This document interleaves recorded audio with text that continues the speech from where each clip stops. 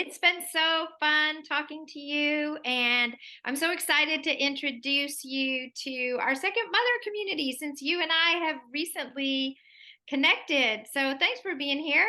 Oh, thank you so much for having me, Jodi. I've loved connecting with you. Well, of course, as I've been saying to you, I was obsessed after reading your book. I'm like, I have to get this woman on an interview because this book is the most beautiful book. You're an amazing writer. I love the way you write. I'm a writer, and this book makes me mad for two reasons. But one of the reasons, the reasons is that you're such a beautiful, beautiful, elegant writer, and Thank you. and such a testimony. So, Thank the you. other reason, because people will be wondering now why the book makes me mad, is it does reveal in a painful and beautiful way the challenges that we still face in our foster care system. And we'll be Yes. talking a little bit about that. But you have done such amazing things given those challenges that I know your story is going to really minister to moms who will watch this. So, first, explain where you live and give us the deets on your family, the short version, as we say. I would love to. Um, Jillana Goble from Portland, Oregon. I have 5 children who call me mom. 3 who came into my life via the foster care system, 2 that we officially adopted, and then I have 2 biological girls. So right now I have 4 children living underneath the roof of my home, and then our oldest is who I refer to as the son of my heart. He is 26 and has a couple of grandkids who call me Nana. So I don't want to give away too much, but each of my boys that have come into my life, young men that have come into my life via the foster care system, have taught me a lot about what it means to strive to love well amidst really hard and messy circumstances. Yes.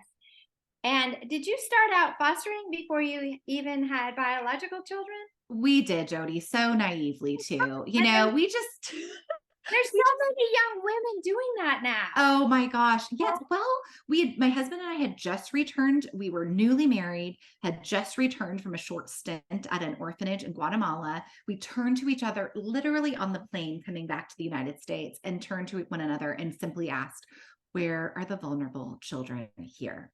And that led us straight to the doors of foster care. To my knowledge, growing up, I didn't know anyone who was in foster care or was a foster parent.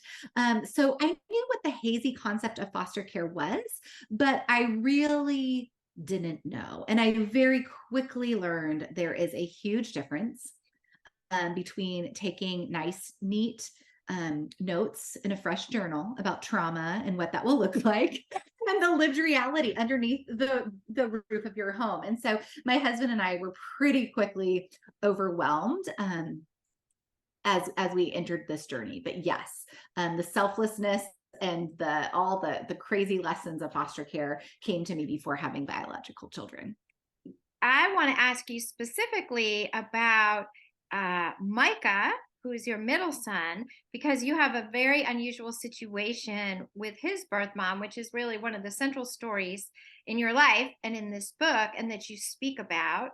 In this community of second mothers, we're acknowledging we are the second mother, and we're always looking to honor and pray for and consider the first mother. And sometimes those relationships are beautiful, and sometimes they can be very hard. So, can you explain the situation with Micah and his birth mom? Yes, I'd be happy to. I think you said it so well. Like it can be beautiful and it can also be very hard. If I had to sum it up with one sentence, I think you nailed it. I first met Jennifer, which by the way, I have her permission to use her name, both in her book and in this interview, or in the book in which I talk about her. I met her at court and I'd never had the opportunity to engage with a child welfare involved parent before. And I showed up to court with a photograph of her 6-month-old baby that had just been placed in foster care in my home. And I said, I just want to let you know that I'm rooting for you, which were words that tumbled out of my mouth, totally unplanned, but completely genuine. Um, and I had no idea that that would kind of be like our anthem. I'm rooting for you for, the next 15 years and counting where we stand today. That honestly landed me in some spiritual direction and some counseling, Jodi, just as I tried to walk this tightrope of what does it mean to love this child well, and knowing that the goal of foster care is to safely reunite kids with their biological parents when that's possible. What does it mean to root for her, but also to be the one kind of left standing when she's drowning, and kind Right. of seeing it from both sides. And so, the gift in that was that many people ask us today, like, how did your relationship start? And I like to say our relationship started the way a relationship with anyone would start. It's hi, how are you? It was initially doing my own transport where I could look her in the eye and give her updates about her then infant son. And kind of grew from there. It was 4.5 years before we invited Jennifer into our home. And we ended up adopting Micah at age 3. So 2.5 years later, we adopted him, and Jennifer had a fourth child who was Micah's full biological brother. And we ended up fostering him as a baby. Court ordered to return him to Jennifer. She was clean and sober for 4 years. It was during that time that we invited her into the sacred space of our home after she was safely reunited with him. And then she relapsed when he was almost 5 years old. So he came back into our care. And so we've really walked this unusual journey, Jodi, from being like just strangers, being connected in foster care, to adopting her third child, to fostering and returning not once but twice as a relative provider, her fourth child. And I'm really pleased to say that on December 10th, Jennifer celebrated 8 years clean and sober. She has been reunited with her son for 7.5 years, and they live a mile down the road. So we have a lot of opportunities to practice what it means to kind of root for someone and to love them up close, and also to have seasons where we're hoping for someone from afar, just because it's not been our focus has to be on the child and has to be on our family as the main thing, but also when we have capacity to continue to like love in safe ways the parents as well. And so that is the nutshell of our story with Jennifer. Jennifer and I today share with agency caseworkers about kind of what it looks like to walk this unlikely road of collaboration that spans through foster care and through adoption to where it is today. And with Jennifer's sobriety combined with just maturity and age, it has just been a delight to just partner with her and to speak with her and to share our story together. But we never want to sugarcoat the very hard parts of that story, Jodi. And we never want people to feel like this is the story everybody should be living, because that is not true. We recognize, both of us, that we have experienced kind of every emotion under the sun, both with and towards one another over the last 15 years. Wow. So, so Micah is now 15, I believe. Correct. Okay. Yes. And she has Elias, who you parented for 2 different seasons, but he was reunited with her, and he is now 13, and the boys know each other as siblings. And so Yes. you all are interacting. I think you shared with me almost as if the boys are like cousins, like your extended family. Yeah, Jennifer actually put words to that. And as soon as she said it, I was like, that's really true. They interact the way that I grew up interacting with my cousins, which is not that sibling closeness, but a like, hey, familiarity and joking around and sitting around the table and different things, occasionally hanging out. Jennifer and her kids come over to our house often, and it's a joy to interact with them. But all of this has been new for me, Jodi. I had a brother that was adopted growing up. And the story that I'm living with Jennifer is vastly different than the story I saw modeled. And there's a lot of really good reasons for that. But we've kind of just not really had a blueprint for quite how to do this Right. thing. And I think a lot of us are in that position. How do we navigate these birth mom relationships? We have a large family, and there are several birth moms in our constellation, and And, this is something that I'm always taking to prayer. And I just found your story so beautiful.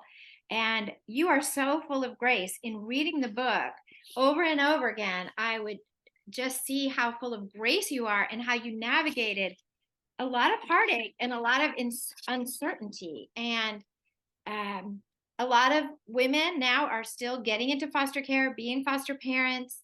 And we still have this terrible statistic that 50% of foster families don't continue after a year. And they don't, and that's why we're constantly in this lack of foster families.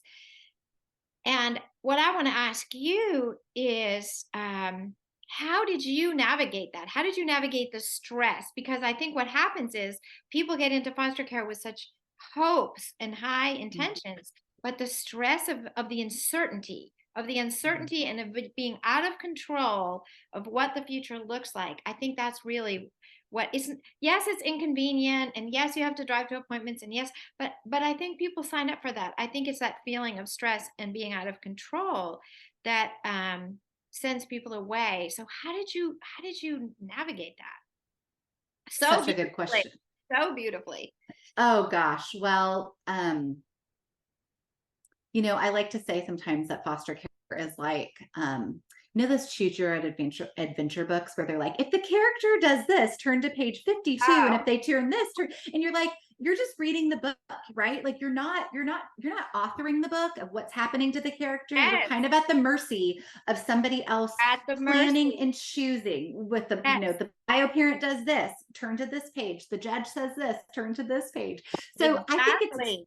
so important to just one, to acknowledge the hard, two, to have a spiritual director or a counselor for yourself, and for your marriage, in the midst of this.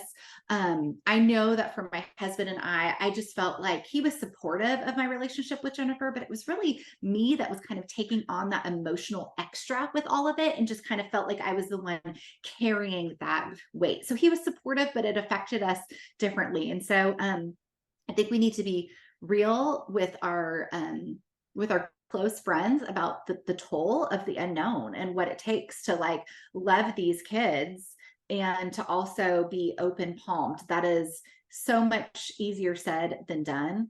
But I think having a community, trust, neighbors, friends, church community around you that can listen to you and not say silly things like, well, you signed up for this, and things that people Well, do say think that are just not helpful and kind of shaming, right. actually.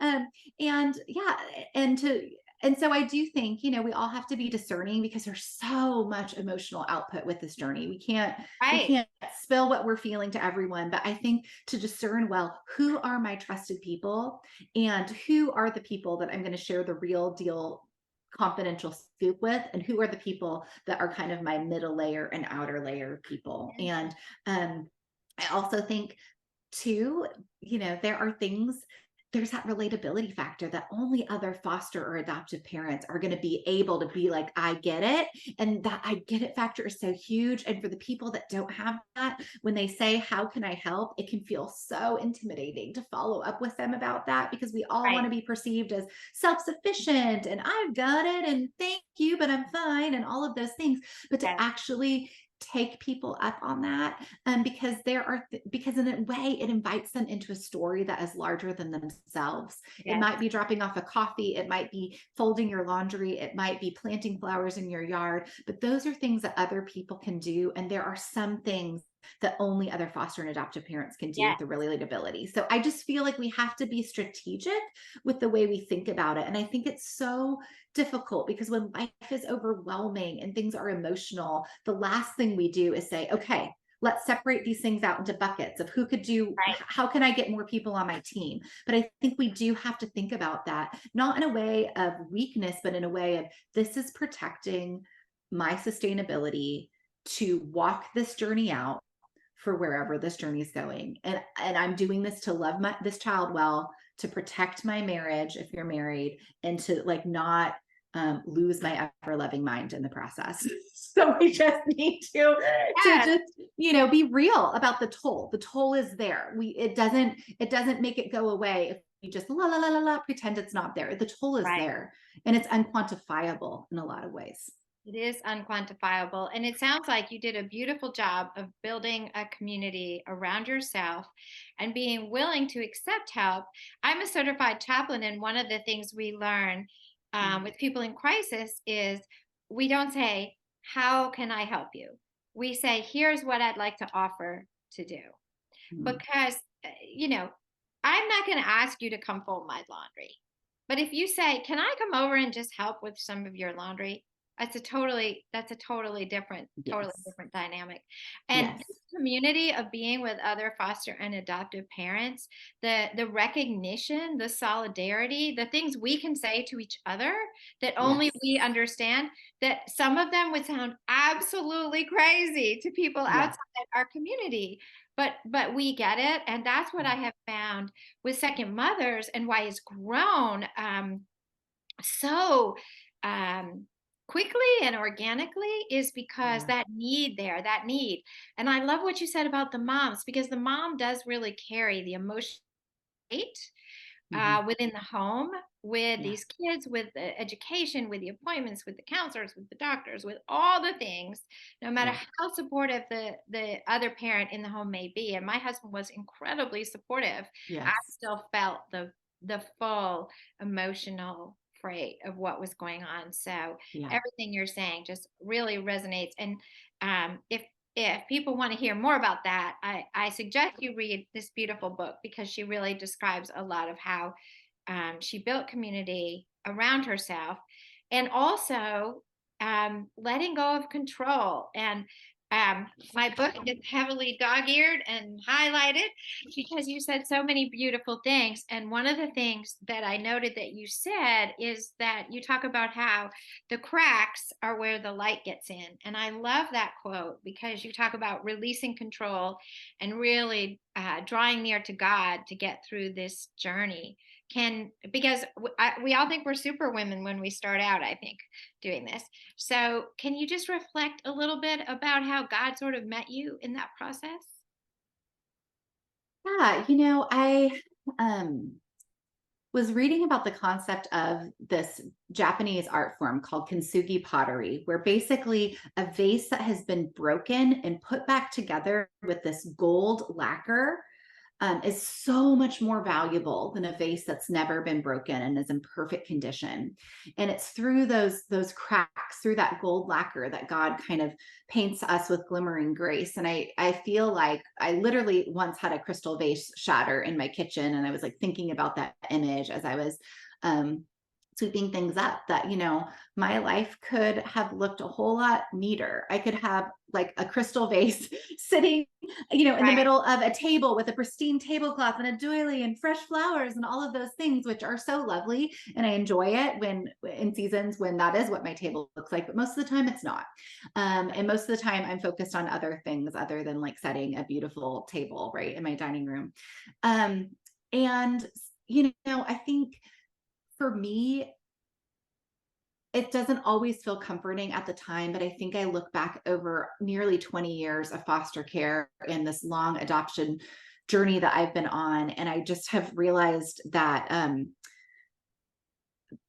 the worthy things and the difficult things, I think so oftentimes we want to put them in two different categories. And I think oftentimes God uses that to just say, no, the worthy and the difficult are actually intertwined. And there's not a lot of us that would look at the harder parts of our story and say, like, sign me up for that. No, like that's suffering. That's like gut wrenching. That's just like we want to take, we don't know what to do. That's like tear stained cheeks. That's hearing things go down in our household that we could have never imagined would have gone down, and would have said, like, I would rather press, fast forward on that button in this particular chapter. And yet, I think God is continually reminding me that some of the most difficult things are some of the most worthy things. Does it always feel like that in the moment? Absolutely not. But I think about kind of this image of this golden lacquer full of grace, and that vase is more valuable because of all the cracks, not despite of all the cracks. And I've just held on to that image. um, I also love that image, and I have a pot like that that another adoptive mom made for me. It's not right here, or I would show it. And I have spoken a lot in other countries because I work globally before pressing into second mothers, and so I get invitations to speak to groups of women in other places. The first time that happened, I tried to think about what are images that transcend language, Mm. because of going into different cultures. And when I speak, it's translated. And I Mhm. take that pot and I actually Oh. have a slide of the pot. Oh, I love Because that. in every culture, a woman gets that. In Yeah. every culture, that we can understand that broken thing that's been put back together, and it's so beautiful. And I feel like um, we all suffer, but the amazing thing is when you know the Lord, He never wastes our suffering.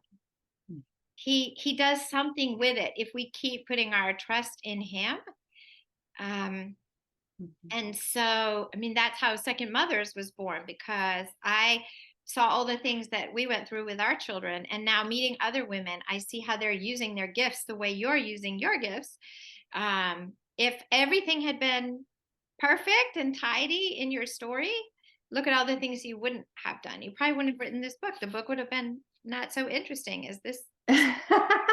Well, and as I was sharing with you before we started the interview, I think too, I think I might have, I hope not, but I could see myself kind of taking credit for like all the good things that turned out the way, like, well, we must be amazing parents because like, look at where our, of course, those aren't things that I would have ever said out loud, but I think, once you have a child that is your great humbler, which we have a child that is my great humbler, Yes. where it suddenly becomes clear you can do all the things quote unquote right, and Yes. there is a whole component that is still, there's no guarantee of outcomes, and that in and of itself feels like a really scary, daunting statement. But I think that there's some, as much as I want to squeeze onto control, and I still do this, I feel like it's this very circular journey for me where I come to peace with where we're at, and then other times I feel like I'm shadow boxing with just this sense of like, no, I don't want this story. This isn't the way that Yeah. I want the story to be. And Right. yet, it's the story that we've been given, and I think that there is some freedom in recognizing, you pour in and you pour in and you pour in, and this is not the equation that we all want. We all we want to believe that there's this overcoming formula, right, where with the right mixture of love and Right. nurture and Isn't that discipline and right? Jesus, it equals Techniques. overcoming. Mhm. Yes, and the reality is I celebrate every single time that is the story, because sometimes that is the story, and I Right. celebrate that, and oftentimes it is not. And I think for women and families that are left with the stories of the is not the story, we need to make sure that we are coming alongside and saying, this is not a failure story. This is Yeah. not a failure story, because God has asked you to not necessarily be successful. God has asked you to step up into love. We know enough to know that love is not enough, and this is a story that you're being invited to step into, and it's hard and it may not be pretty, and you are not a failure as a mom. Yes. Amen. Amen. We need to wrap up because moms don't have a lot of time to watch long interviews, but there's just so much richness in everything you do. And you've written this book, and you have another book, a little guide about foster care. I do. Yeah. I wrote a book called No Sugarcoating because after 20 years of fostering, I just felt like this is the book that I wish somebody had slid across the table to me when I first signed, raised my hand to become a foster parent and said, this isn't going to tell you everything you need to know, but this is going to tell you the bullet points of how your life is going to both practically and emotionally, the emotional landscape of your life is going to change when you say yes to fostering. And a lot of it is also very applicable to adoptive families as well. So that's more of just kind of a little primer that you give to somebody that's a prospective foster parent. And A Love Stretched Life is the memoir of what I have learned in proximity to others that have had very different stories than me, and what I've learned as a mom in engaging the mess of it all. It's beautiful. And we are so excited to have both links for both these books. We'll have them up on the Second Mother website, where this will also air. And then we'll try to include some other links like for every child. And hopefully, we'll see you at some future Second Mother events. I would love that, Jody. Thanks so much for having me. I really appreciate being invited.